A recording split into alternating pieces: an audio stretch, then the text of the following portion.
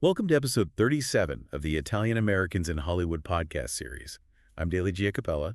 And I'm Sadie Bruni. You know, when you sent over those articles about Kate Hudson, I was surprised by how much I didn't know. Yeah, she's someone that I think a lot of people feel they have a handle on, rom-coms and all that, but Right. Everyone's seen How to Lose a Guy in 10 Days. there's so much more to her story. You mentioned her Italian heritage, for one thing. Yeah, that was one of the things that I really wanted to dig into. And it's interesting because you don't immediately think Italian-American when you think of her, with Goldie Hawn as her mom. Right, it's not the first thing that comes to mind. But then there's the whole Fabletics thing. I mean, founding a successful company that takes some serious business smarts. Yeah, it really shows a different side of her. Okay, so before we get too far, let's take a quick second to remind everyone. Please make sure to like and subscribe, and don't forget to turn on those notifications. And hey, if you're enjoying this conversation, we've got a great book recommendation for you all about Italian Americans. The link is down in the description. So back to Kate Hudson. You mentioned her Italian roots. Where does that come from? It's actually through her father, Bill Hudson. Okay, so not the Goldie Hawn side. Right, her paternal grandmother was Eleanor Nancy Salerno. Sorry, that's definitely Italian. It is, and her great-grandfather, Giuseppe Salerno, was born in Italy. Wow, really? Whereabouts? Fagnano Castello in the Cosenza province of Calabria. So a very specific region. I'm sure some of our listeners might even have family from that area. It's possible, and it doesn't stop there. Her great-grandmother on that same side, Teresa, her parents were Joseph Maruca and Josephine Righi. So definitely some strong Italian-American roots there. Absolutely. So we've got the Italian side, but of course we can't talk about Kate Hudson without mentioning the Hollywood side of things. Of course. I mean, Goldie Hawn is a legend, and Kurt Russell, too. I mean, he practically adopted Kate. he did. And it really is a family business for them. Because it's not just her parents either. No, her brother Oliver Hudson is an actor, and her stepbrother Wyatt Russell, he's acting too. Wow, so they're all in the business. It's pretty remarkable when you think about it. It is. But you know what struck me as really interesting was that before she made it big, she had regular jobs. Oh, yeah, I read about that too. Retail, hospitality, those kinds of things that a lot of people have done. It's not the typical Hollywood story. Definitely not.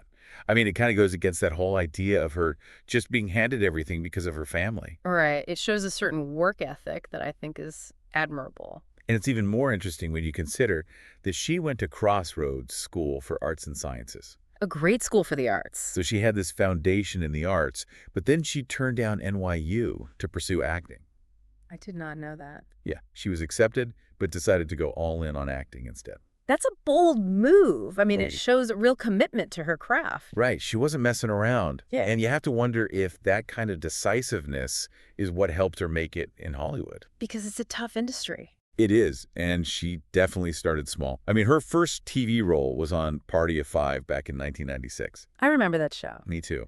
It was a big deal back then. Yeah. But it was just a small part for her. Still got to start somewhere, though, right? Exactly. Everyone starts somewhere. Yeah. Then a couple of years later, she had her feature film debut in Desert Blue. So she was building her resume slowly but surely. Working her way up, Mm-hmm. and then came Almost Famous. That's the one that really put her on the map. It was a game changer for her. She played Penny Lane and And won a Golden Globe for that role. got an Academy Award nomination, too. That's huge, especially at such a young age. It really established her as a serious actress. And I think this is a good time to remind everyone. Yes, please do us a favor. Hit that like button, subscribe to the channel, and turn on notifications so you don't miss any of our future episodes. And remember that fantastic book we mentioned about Italian Americans? Check out the link in the description. So Penny Lane in Almost Famous, that was a pretty iconic role.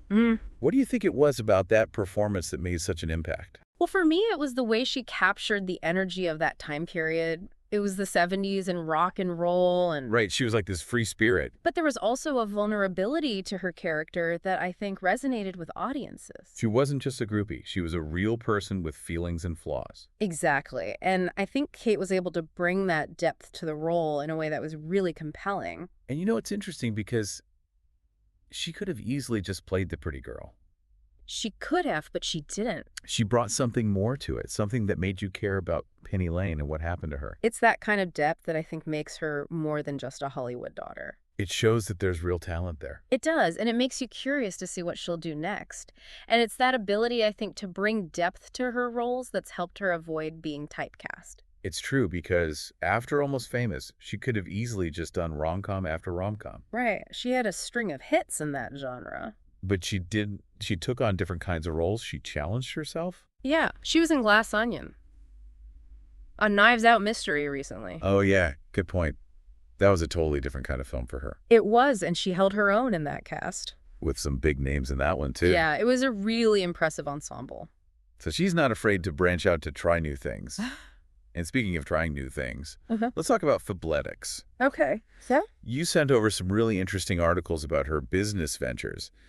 And I have to say, I was impressed by how involved she is. It's not just a celebrity endorsement for her. No, she's a co-founder. She's really hands-on with the whole thing. And the brand has been incredibly successful. It has. Yeah. What do you think is the key to that success? Well, for one thing, I think she's tapped into a real need in the market. You know, women want activewear that's both stylish and functional. Right. And it's affordable, too. That's a big part of it, I think. It's not just about looking good at the gym. It's about feeling good in your clothes no matter what you're doing. And they've built a great community around the brand, too. Yeah, their social media is really strong. They've engaged with their customers. They create content that's inspiring and motivating. It's smart. They're not just selling clothes, they're selling a lifestyle. And she's not afraid to be personal either. Right, she's talked openly about her own struggles with body image and things that... Which I think makes her even more relatable to people. She's not this perfect, unattainable figure. She's real. She's human. And that, I think, is what people connect with. It makes her more authentic. So she's a successful actress, a savvy businesswoman. She's written a book about wellness. Pretty happy. She does it all. What's the common thread there? What do you think drives her? I think it's a genuine desire to connect with people. In different ways, whether it's through her acting or her business or her writing. She wants to share her experiences, her struggles, her triumphs, and I think she does it in a way that's very relatable. She's got this infectious energy, too. She does? There's a warmth to her, a sense of humor that makes you feel she'd be fun to hang out with. You feel she'd be a good friend? She doesn't seem to take herself too seriously, which is refreshing. Especially in Hollywood. And amidst all of this, we can't forget that she's also incredibly talented. Yeah. You mentioned earlier that you were curious about her musical side. Oh, yeah, she can sing. She can, and she's pretty good, too. I was surprised when I heard her sing. Me, too. She's got a really natural voice. Very expressive. It makes you wonder what other hidden talents she might have. Before we go any further, though, let's take a quick break to remind everyone to like and subscribe to the channel. And turn on those notifications so you don't miss any of our future deep dives. And while you're at it, why not check out that book we mentioned? All about Italian Americans in Hollywood. The link is down in the description. So back to Kate Hudson's musical talents. She's performed on a few occasions, and she's actually got a pretty strong voice. She does. It's not just a novelty act. No, she can really sing. It makes you wonder why she hasn't done more with it. Maybe she'll release an album someday. Or star in a Broadway musical. Who knows? The possibilities are endless with someone as multi-talented as she is. It really is remarkable when you consider that she could have easily just coasted on her family name. She could have just ridden the coattails of her parents. But she didn't. She's worked hard to create her own identity. She's Kate Hudson, not just Goldie Hawn's daughter. What do you think drives that ambition? I think it's that same curiosity we talked about earlier, that desire to learn and grow and challenge herself. She seems to be constantly pushing herself to try new things. And she does it all with this incredible sense of joy. You can tell she genuinely loves what she's doing. And that's inspiring to see. It is. It makes you want to go out and pursue your own passions. And it's not always easy to do that, to step outside of your comfort zone. It's definitely easier to stick with what you know. But I think her story is a good reminder that that's where the real growth happens. When you challenge yourself, when you push those boundaries. And you know what I really admire about her is that she seems to do it all with this sense of joy. Yeah, she doesn't seem to take it all too seriously. It's like she's having fun with it all. Which is a great attitude to have. So looking back at everything we've talked about today, what's the biggest takeaway for you? What really stands out about Kate Hudson's story? I think for me, it's this idea of multifaceted success. You know, she's not just an actress. She's not just a businesswoman. She's not just into wellness. She's kind of all of those things. And she's successful at all of them. It's like she's defying that pressure to choose just one path, to be just one thing. And I think that's really inspiring. It is. It's like she's saying you can be more than one thing. You can have multiple passions, and you can be successful in all of them. And you don't have to sacrifice one for the other. Right.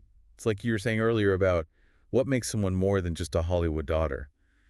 I think in Kate Hudson's case, it's that she's defined success on her own terms. She's taken her family's legacy and used it as a springboard to create something entirely her own. Well, I think we've done a pretty good job of unpacking Kate Hudson's life and career today, from those early days to becoming this powerhouse. It's been an interesting journey exploring her story. Before we wrap up, though, let's remind everyone one last time To like and subscribe to the channel. and turn on those notifications so you don't miss any of our upcoming episodes. And don't forget about that fantastic book we mentioned about Italian Americans in Hollywood. The link is down in the description. I think we'll leave our listeners with this question. What does success look to you? Is it fame? Is it fortune? Or is it something more personal? Something that speaks to your own individual passions and ambitions? Think about that, and until next time, keep exploring those Italian-American stories in Hollywood.